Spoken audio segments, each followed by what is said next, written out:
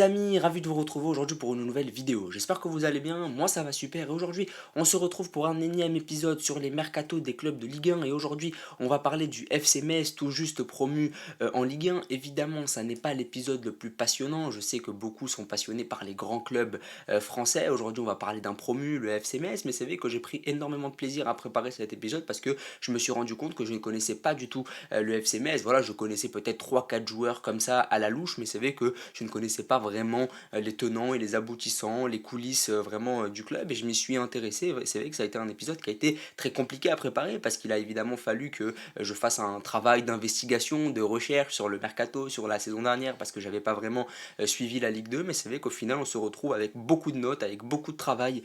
Donc n'hésitez pas à vous abonner, à liker et à partager évidemment, mais c'est vrai que au final ça n'est pas un épisode comme celui de l'OM par exemple, comme celui de Lyon où je maîtrise plutôt bien, où je connais les clubs. Là c'est vraiment le FC Metz, voilà, je connais pas vraiment, donc ça a nécessité pas mal de boulot. Amis messins, si vous regardez cette vidéo, n'hésitez pas évidemment à me recadrer si je fais des erreurs, ça n'est pas mon club, je ne m'y intéresse pas du tout, donc c'est un peu spécial aujourd'hui, mais voilà, n'hésitez pas à me dire ce que vous en pensez. En tout cas, on est parti du côté de la Lorraine pour parler du FC Metz et on va faire un bilan de la saison dernière. Et le FC Metz est un club qui depuis de très nombreuses années a l'habitude de faire l'ascenseur. En 2021-2022, les Grenats sont descendus en Ligue 2 et l'année dernière, ils sont directement remontés en faisant le traditionnel ascenseur. Ils ont fini deuxième de Ligue 2 et ils se sont qualifiés pour la Ligue 1, j'ai envie de dire. Ils sont montés en Ligue 1 lors de la dernière journée. Il y a eu l'incident à Bordeaux qui a fait que ça a facilité la montée du FC Metz. Mais c'est vrai que voilà, le FC Metz a fini derrière le Havre, il a fini deuxième de Ligue 2. Ils avaient connu un début de saison plutôt laborieux en 2022-2023 en Ligue 2. Ça a été compliqué, pourtant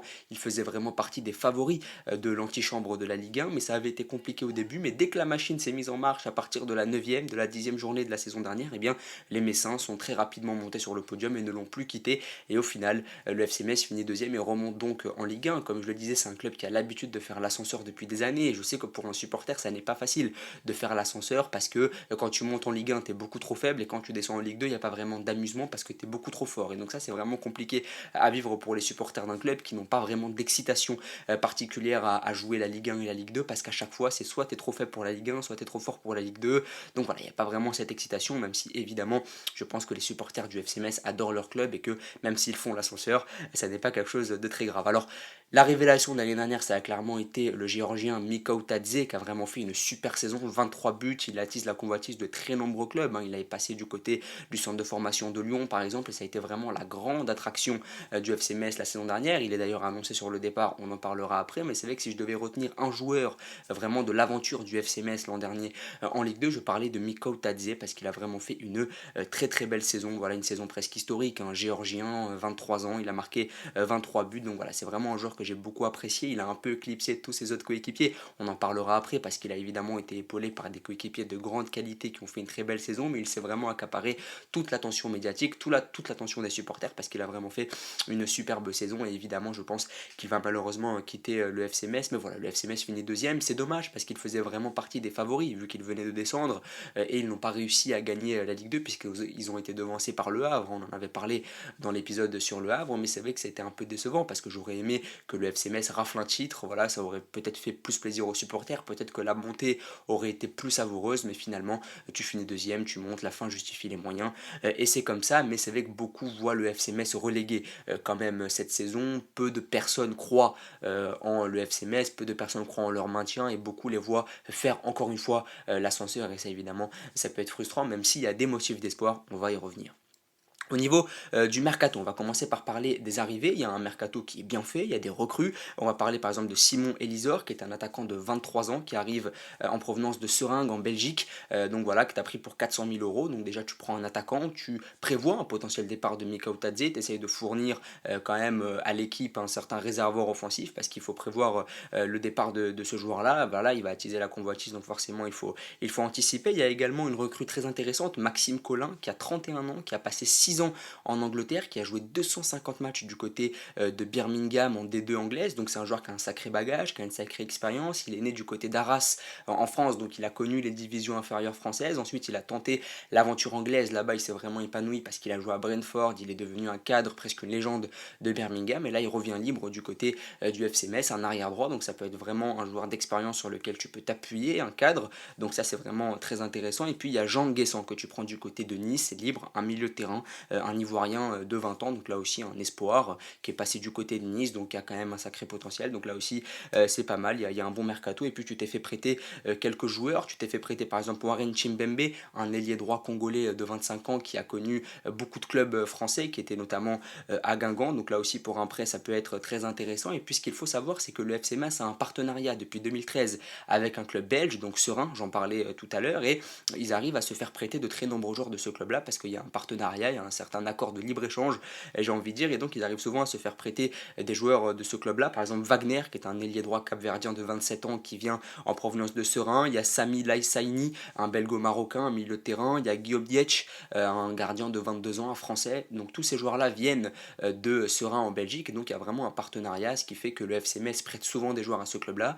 Et les joueurs du FC Serein viennent souvent du côté de Metz, voilà, pour jouer en France, évoluer en Ligue 1, acquérir de l'expérience, etc. Et puis quand le FC Metz n'a plus envie de certains joueurs, et bien ils les envoient là-bas, ou des fois ils envoient des jeunes. Donc ce partenariat permet à Metz d'avoir des joueurs intéressants qui viennent du côté de la Belgique. Et encore une fois, c'est parfaitement illustré par ces 3-4 joueurs qui sont prêtés et qui vont venir aider le FC Metz. Donc c'est bien aussi d'avoir ce genre de partenariat parce que ça aide les clubs à se développer. Ça fait aussi un partenariat entre les clubs français, les clubs belges. C'est vraiment pas mal aussi en termes de travail, d'échange. Donc je trouve ces partenariats très très intéressants. Et puis il y a aussi un partenariat avec la génération foot du côté du Sénégal. Évidemment, beaucoup de joueurs sénégalais ont commencé du côté du FC Metz, Ismaïla Sarr, Sadio Mané, et tous ces joueurs-là venaient de la génération foot. Hein. C'est une école de foot au Sénégal. Et là, tu en as pris deux de cette académie-là. Tu as pris Sadibou Sané, un défenseur central de 19 ans, et Ibou Sané, un attaquant de 18 ans. Donc voilà, tu arrives aussi à faire venir des joueurs du Sénégal parce que tu as un partenariat avec la génération foot. Et ça fait des années que c'est comme ça. Donc c'est bien parce que tu as des partenariats en Belgique, tu as des partenariats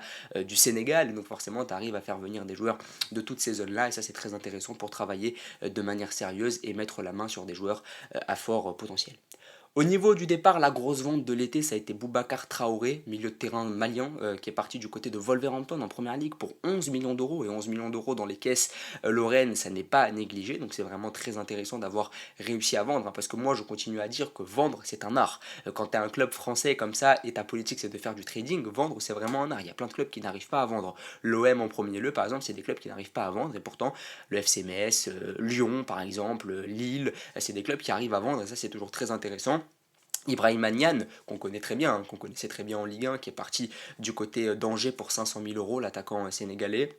Lamine Gueye également qui est parti du côté du Paris FC, Lenny Joseph qui est parti du côté de Grenoble, donc il y a aussi une opération de dégraissage qui est faite. Tu as eu ta grosse vente avec Boubacar Traoré qui est parti pour 11 millions du côté de la première ligue et ça c'est très intéressant, mais tu as aussi des joueurs dont tu ne voulais pas forcément qui sont également partis, donc tu as réussi à faire une politique de dégraissage et puis tu as prêté 4 joueurs aussi, donc des joueurs dont tu ne voulais pas, que tu veux qui progressent ailleurs, etc. Donc là aussi c'est très intéressant, tu sais faire la part des choses entre les joueurs dont tu ne veux plus et les joueurs que tu veux prêter, donc voilà, il y a vraiment une opération de dégraissage, il y a aussi eu ta grosse vente avec Boubacar Traoré qui est parti du côté de Wolverhampton et avec cette vente là tu vas pouvoir acheter de nouveaux joueurs parce qu'il y a beaucoup de rumeurs et les rumeurs c'est que évidemment avec le départ de Boubacar Traoré du côté de Wolverhampton il va falloir recruter au poste de milieu de terrain et notamment Baptista Mendy qui est passé du côté d'Angers qui est sur les tablettes du club lorrain, voilà il a annoncé avec insistance du côté du FC Metz, donc là aussi c'est très intéressant parce que c'est un joueur très connu du côté de la Ligue 1 qui a un bon potentiel, qui est encore jeune, donc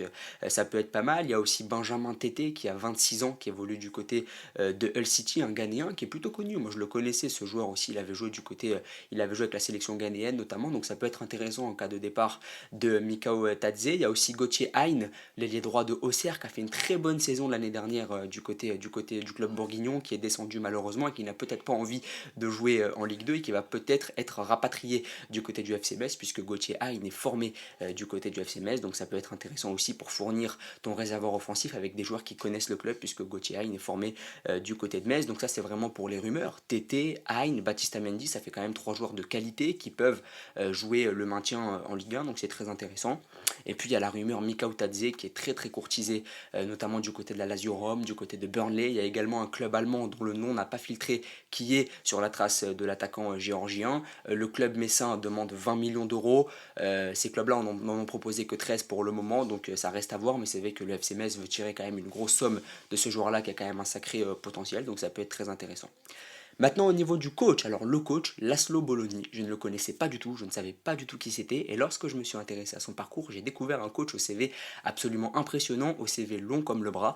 Il a coaché notamment du côté de Lens, de Monaco, de Rennes, ça n'a jamais été un franc succès, même si ça a été mieux quand même du côté de Rennes, mais à Lens et Monaco, il n'a pas laissé un souvenir impérissable. Il a également coaché le Sporting Portugal, et pour l'anecdote, c'est lui qui a lancé Cristiano Ronaldo à ses débuts au Sporting Portugal. Il a été l'éphémère sélectionneur de la sélection roumaine, puisqu'il est roumain, il a 70 ans, donc il arrive quand même à un âge plutôt avancé. C'est un coach qui a connu énormément d'expérience dans sa carrière, il fait vraiment du bon boulot.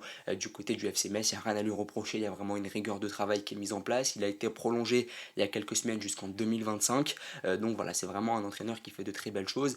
Évidemment, son objectif, ça va être de maintenir le FC Metz en Ligue 1. Ça ne va pas être chose aisée, mais en tout cas, il a de l'expérience, il connaît très bien la France, il parle le français. Et puis, il a un beau palmarès. Il a gagné des trophées en Belgique, il a gagné des trophées au Portugal, parce qu'il a coaché le Sporting, il a coaché le Standard de Liège. Donc, c'est vraiment un entraîneur qui a une énorme expérience. Il a également coaché du côté des Émirats Arabes Unis.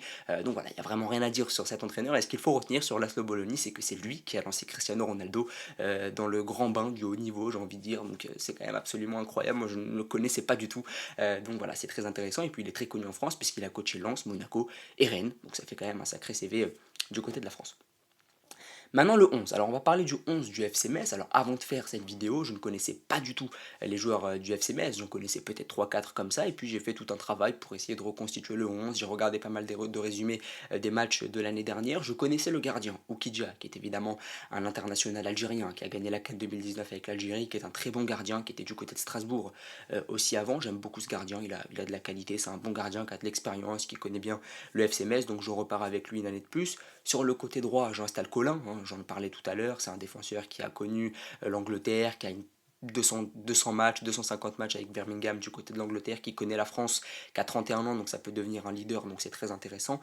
Traoré, qui était du côté d'Angers avant, qui a 37 ans, donc il arrive à un âge assez avancé, mais il a l'expérience de la Ligue 1, donc il va te permettre aussi de mieux appréhender cette saison. À côté de lui, Kandé, qui est un défenseur gauche à la base, mais qui a été repositionné dans l'axe par Laszlo Bologna, donc ça fait Ismaël Traoré droitier et Kandé gaucher, donc c'est très intéressant. Il est international du côté de la Guinée-Bissau, donc c'est un défenseur plutôt solide.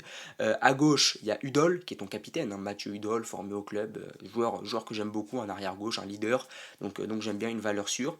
Au milieu de terrain, Endoram, qui était du côté de Monaco, avant 26-27 ans, donc lui aussi il a pas mal d'expérience, il a l'expérience de la Ligue 1, il a joué notamment avec la génération Bappé, Bakayoko, Silva à Monaco. Jean-Jacques, qui est un haïtien, un international haïtien, dans les Jean-Jacques, qui est très jeune, qui a prolongé récemment avec le club et qui a vraiment envie de s'inscrire sur le long terme avec le FC Metz. J'avais retenu une de ses déclarations où il disait j'ai envie de jouer la Ligue des Champions avec le FC Metz. Donc on voit un joueur qui a de l'ambition, qui aime vraiment le club, qui a fait une saison très intéressante l'année dernière. En 10, Maziz, qui est vraiment le leader technique de cette équipe du FC Metz, le numéro 10, qui est formé du côté du FC Metz, qui est arrivé au centre de formation Grenat à l'âge de 13 ans, qui a vraiment fait une très grande saison. On parle de lui pour un potentiel transfert du côté de la Belgique, puisqu'il est très courtisé là-bas. Il est parti pour rester, mais en tout cas, il attise la convoitise de très nombreux clubs parce qu'il a fait une très bonne saison l'année dernière. À droite, Jallow, Abli Jallow, qui a fait une très bonne saison l'année dernière sur le côté droit, un Gambien. Donc voilà, très intéressant aussi comme joueur. Lui aussi a prolongé récemment. Ça a été l'un des artisans de la montée du FC Metz. À gauche, Cheikh Sabali, un Sénégalais. Donc il y a vraiment une grosse proportion de joueurs africains du côté du FC Metz. C'est très intéressant aussi. Ils vont piocher dans ces marchés-là. Donc c'est vraiment pas mal. Cheikh Sabali aussi, joueur très percutant, joueur très technique, etc. Donc dans la transition, ça peut vraiment être pas mal. Et puis Bika Otadze, parce que pour l'instant, il est encore au club. Donc tant qu'il est encore au club, évidemment, je le mets, mais je pense qu'il va partir parce que le FC Metz doit vendre. Lui, je pense qu'il veut partir. Apparemment, il attendrait l'offre de l'Olympique Lyonnais parce que c'est son club de cœur, qu'il y a été formé, etc. Donc apparemment, tout laisse penser qu'il va partir. Mais voilà, sinon, tu as des joueurs comme Chimbembe, comme Wagner, j'en parlais tout à l'heure. Tu vas peut-être attirer Benjamin Tété. Donc voilà, tu as aussi des joueurs sur le banc qui sont très intéressants. intéressant, tu as recruté Elisor, comme je le disais tout à l'heure, et puis tu as des joueurs sur le banc. Hein. Tu as Kwao, par exemple, un arrière-droit ghanéen qui part pour être sur le banc cette saison, mais qui était titulaire l'année dernière et qui a fait une très bonne saison. Tu as Alakouche, qui était du côté de Nîmes avant, on s'en rappelle. Donc voilà, il y a vraiment des joueurs intéressants. Il y a des joueurs qui ont connu la Ligue 1 dans le passé. Il y a des joueurs d'expérience. Il y a des joueurs qui étaient là l'année dernière sur lesquels tu peux t'appuyer. Il y a des recrues qui vont encore arriver. Donc voilà, la saison s'annonce compliquée parce que tout le monde te voit descendre, mais il y a quand même des motifs d'espoir parce que tu as quand même des joueurs qui ont de l'expérience, tu as quand même des joueurs de talent, tu as aussi un bon centre de formation, tu as des partenariats, comme je le disais, avec Serein, avec la Génération Foot qui te permettent d'importer des joueurs de qualité. Tu es aussi très t'es aussi très en vogue avec le marché sénégalais, le marché africain, etc. Donc tu arrives à travailler aussi dans ces championnats-là, donc c'est très intéressant. Voilà, j'aime beaucoup ce que fait le FC Metz, notamment au niveau des partenariats, notamment au niveau de la détection des très jeunes joueurs, donc c'est très intéressant. Et puis aussi au niveau des recrues, il y a de l'ambition. Benjamin Tété, qui est international ghanéen, Gauthier Hein, qui a fait des belles choses du côté de la Ligue 1 avec Auxerre. Donc voilà, il y a vraiment un club ambitieux qui a envie de travailler, qui a envie d'attirer des beaux noms pour essayer de se maintenir. Donc voilà, c'est très intéressant, mais moi, évidemment, je ne me fais pas beaucoup d'illusions pour le FC Metz la saison prochaine. Si le FC Metz peut finir 16e, 15e, ce serait vraiment une saison réussie, mais beaucoup les voient descendre. Et moi aussi, personnellement, dans mon classement de Ligue 1 pour la saison prochaine, ils sont 18e malheureusement maintenant. Il y a des motifs d'espoir, comme je l'ai dit, et ça reste à voir. N'hésitez pas à me dire ce que vous en pensez, à vous abonner, à liker et à partager. Merci beaucoup.